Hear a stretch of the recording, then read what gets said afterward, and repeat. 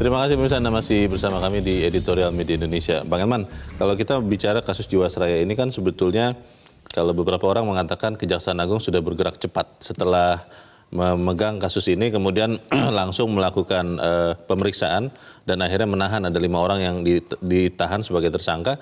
Kemudian juga kalau kita lihat pemberitaan ada beberapa aset yang sudah mulai disita oleh Kejaksaan Agung. Kalau melihat progresnya, harapannya kan berarti ini bisa sampai ke ujung, bisa sampai ke aktor-aktor kalau memang masih ada yang belum terungkap. Bagaimana, Bang?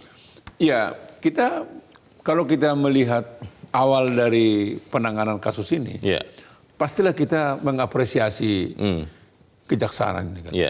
Karena seperti yang Bung Leo katakan tadi, mereka kelihatannya cepat kan dan taktis kelihatannya kan. Nah, ini sudah bagus. Tetapi kan kita harus mengingatkan Kejaksaan Agung supaya dari awal harus cermat di dalam memproses kasus ini. Jadi terutama barang buktinya harus betul-betul sahih. Karena ini kan nanti kan ujungnya ke pembuktian kan. Kalau lemah di pembuktian, ini nanti akan menjadi pintu masuk daripada para terdakwa nanti kan. Orang-orang ini akan berkelit kan. Dan kalau kita lihat ini kan bukan pemain abal-abal semuanya. Ini kan pemain ulung nih kan.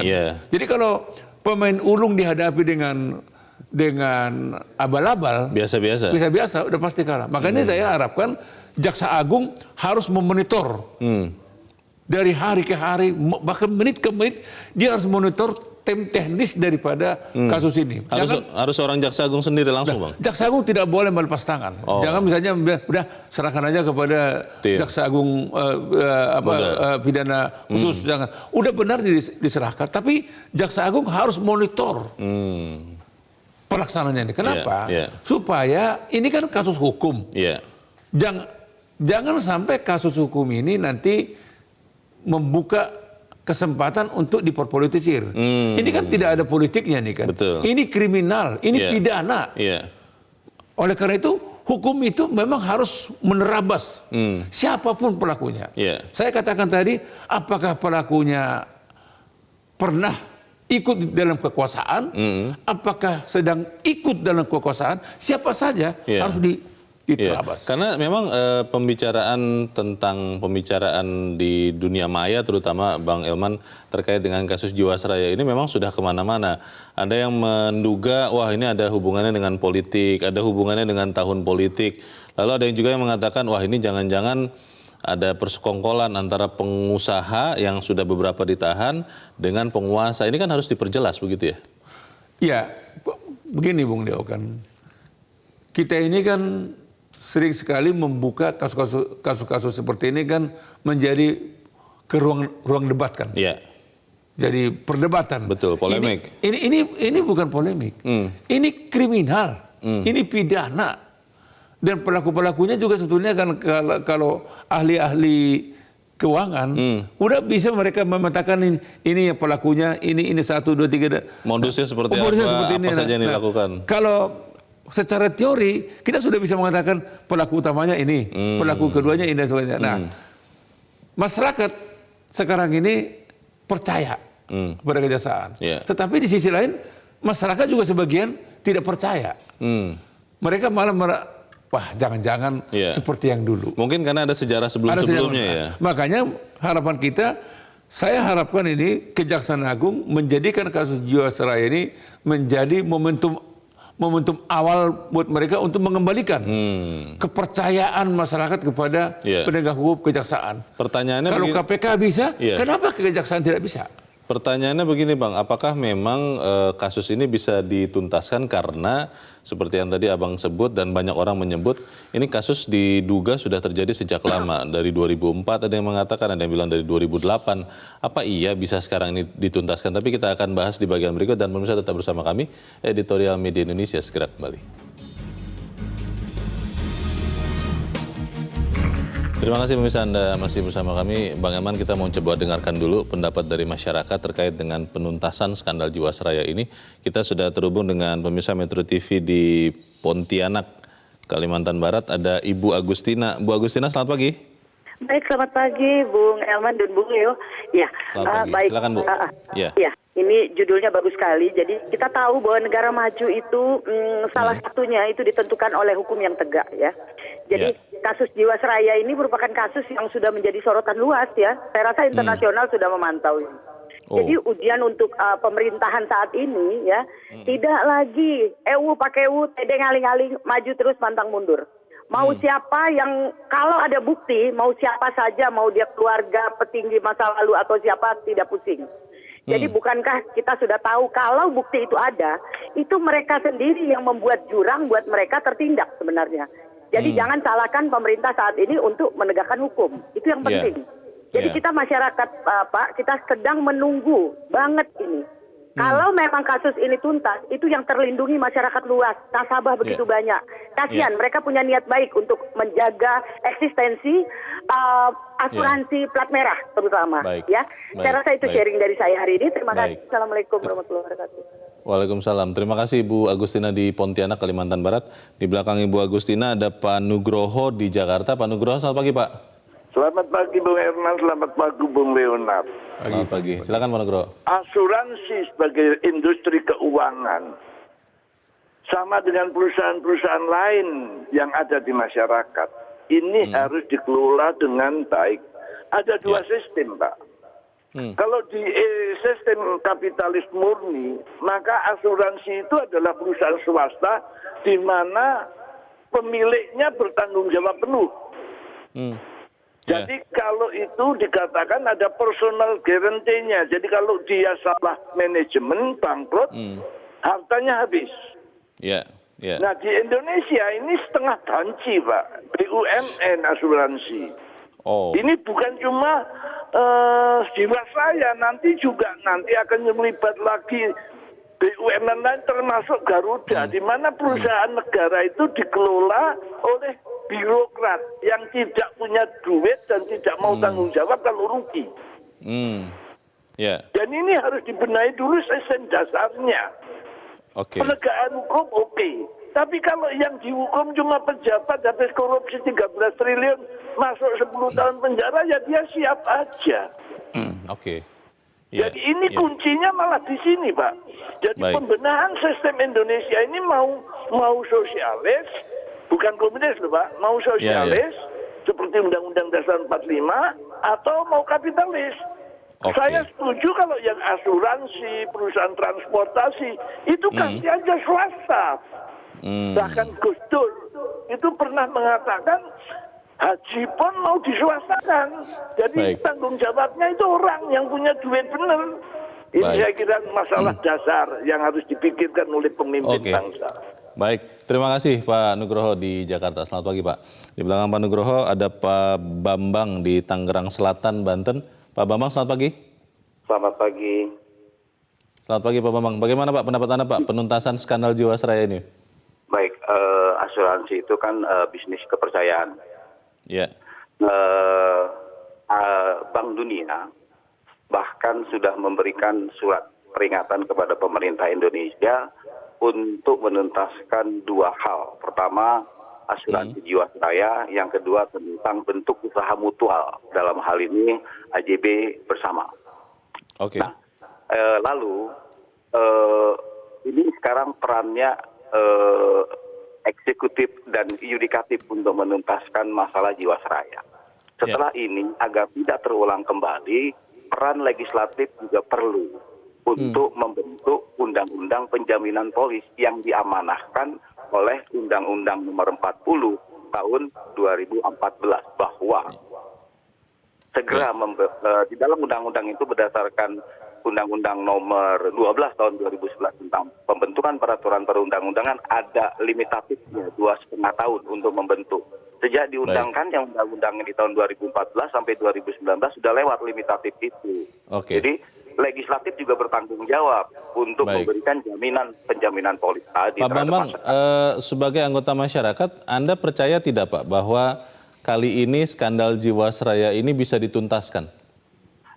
Melihat tindakan pemerintah yang lamban sebetulnya. Ini kan terungkap sebetulnya di media massa Oktober 2018 ketika 700 lebih polis jatuh tempo dengan 800 miliar itu sudah diungkapkan oleh media ke publik. Tetapi karena waktu itu mungkin tahun politik sehingga ini bisa berdampak kemana-mana. Sekaranglah waktu yang tepat. Sekarang ini waktu harus menuntaskan ya.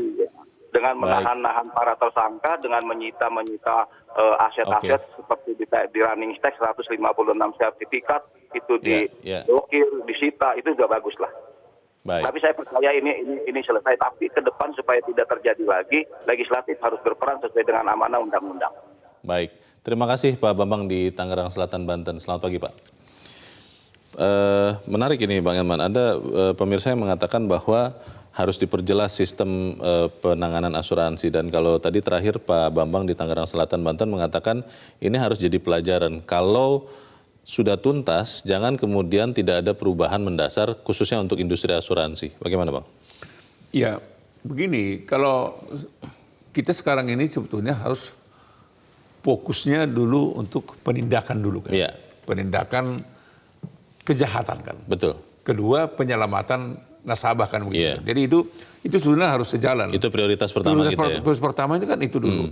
Soal nanti apa ini menjadi pelajaran apa namanya itu benar. Tapi menurut saya kalau penegak hukum tidak tuntas terhadap kasus ini, ya ini akan berulang.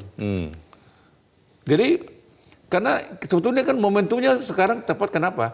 Presiden kita sendiri juga mendorong kan. Iya. Segera tuntaskan. Nah ini kan jarang ini. Sekali ini kita terbantu karena Presiden Jokowi malah mendorong, minta kepada penegak hukum segera cari dan hukum siapapun yang terlibat kan begitu. Jarang ya yang mengatakan seperti ini. Oh. Biasanya kan pemerintah ya biar aja, silakan. Proses hukum berjalan. Tapi ini kan ada endorsement kan. Ada dorongan di situ. Dorongan. Nah menurut saya Kejaksaan harus memanfaatkan momentum ini. Itu yang saya katakan. Nah, sekaligus juga pada saat yang bersamaan juga pemerintah harus segera mencari upaya bagaimana menyelamatkan dana nasabah. Jadi nggak boleh juga kasusnya tuntas tapi nasabah diterlantarkan. Betul. Ini juga harus menjadi prioritas. Tetapi menurut saya kalau nanti yang dihukum ini hanya segelintir orang abal-abal, tetapi otaknya, pelaku utamanya terbebas. Nah, ini yang menurut saya rakyat akan marah. Pertanyaannya Bang, apakah penegak hukum mungkin dalam hal ini adalah Kejaksaan Agung punya kemampuan, punya kapasitas, dan yang lebih penting lagi punya keberanian kalau kemudian ternyata di dalam penyidikannya itu ketemu dengan orang-orang yang mungkin orang-orang kuat begitu Bang? Begini Bung Leo. Saya kebetulan kan saya 42 tahun saya jadi wartawan. Saya juga lama meliput di Kejaksaan Agung. Saya tahu persis kapasitas jaksa-jaksa kita ini semua mumpuni kok. Oh, mampu ya? Ini andai kata misalnya ini diserahkan kepada tingkat Kajari aja. Kejaksaan Negeri. Kejaksaan Negeri aja selesai ini. Karena mereka juga mumpuni kok kemampuannya. Sepanjang tidak diintervensi, bahkan juga sebenarnya didorong, ayo segera nih, pastilah bisa. Mereka mampu mengatasi cara berkelit daripada pelaku-pelaku ini. Jadi saya tidak meragukan itu. Persoalannya sekarang adalah punya kemauan nggak? Mau nggak mereka menjadikan kasus Jiwasraya ini menjadi awal untuk mengembalikan kepercayaan publik kepada kejaksaan. Ini pertanyaan kan. Nah makanya saya bilang dari tadi, Jaksa Agung harus turun mengawal. Pegang langsung. Jadi walaupun diserahkan kepada timnya, tapi Jaksa Agung harus betul-betul dari hari ke hari minta laporan. Gimana? Jangan sampai ada permainan-permainan di lorong-lorong gelap kan begitu. Itu menurut saya. Pertanyaan berikutnya adalah begini Bang, kalau ini bisa dituntaskan dengan cepat, karena kan pertanyaan soal kecepatan juga menjadi pertanyaan lain.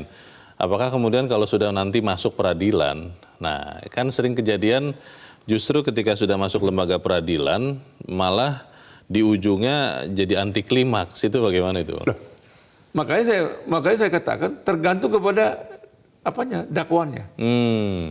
Makanya saya bilang dari awal adalah barang buktinya. Iya. Jadi barang bukti dengan dakwaan itu harus seiring dia. Harus kuat ya. Harus kuat. Jangan sampai ini yang saya katakan dari awal hanya untuk memuaskan publik. Akhirnya malah ceroboh, ada Mungkin ya ceroboh atau sengaja dicerobohkan kan. Kita kan ini kan ya kan bisa kalau ceroboh mungkin apa ini kan kalau yang berbahaya kan sengaja dicerobohkan kan. Itu menurut saya. Kalau gitu apa yang bisa kita lakukan Bang sebagai anggota masyarakat supaya jangan sampai kasus ini di tengah jalan menguap, masuk angin para penegak hukum atau yang lain-lain, kita bisa lihat di ujung supaya kemudian tadi seperti yang Bang katakan, kepercayaan masyarakat baik kepada penegak hukum, baik kepada lembaga asuransi dan yang paling penting kepada pemerintah bisa tetap terjaga. Ya, harapan saya sebetulnya ya masyarakat harus ikut mengawal, tetapi yang paling utama ya Kejaksaan Agung harus betul-betul serius karena ini kejahatan luar biasa ini. Ini kalau kali ini Kejaksaan Agung tidak betul-betul menghukum seberat-beratnya orang yang betul-betul pelaku utamanya, maka kejahatan yang sama akan berulang. Oke, semoga itu yang terjadi. Kita akan pantau sama-sama. Bang Elman Saragih, terima kasih Bang sudah hadir di sini. Selamat pagi. Pemirsa, beriringan dengan penyelesaian secara hukum, kita menyambut baik penyelesaian hak-hak nasabah. Setelah lama diimpit ketidakpastian karena pemerintah memastikan bahwa korporasi akan secepat mungkin membayar dana milik pemegang polis, kita menyambut positif langkah yang sudah ditempuh pemerintah ini. Meski demikian, harus pula kita tegaskan bahwa perjalanan penuntasan kasus itu masih amat jauh. Karena itu konsistensi dan ketegasan harus terus dikedepankan. Ini kita kawal sama-sama. Saya Leonard Samosir, terima kasih Anda sudah menyaksikan. Selamat pagi.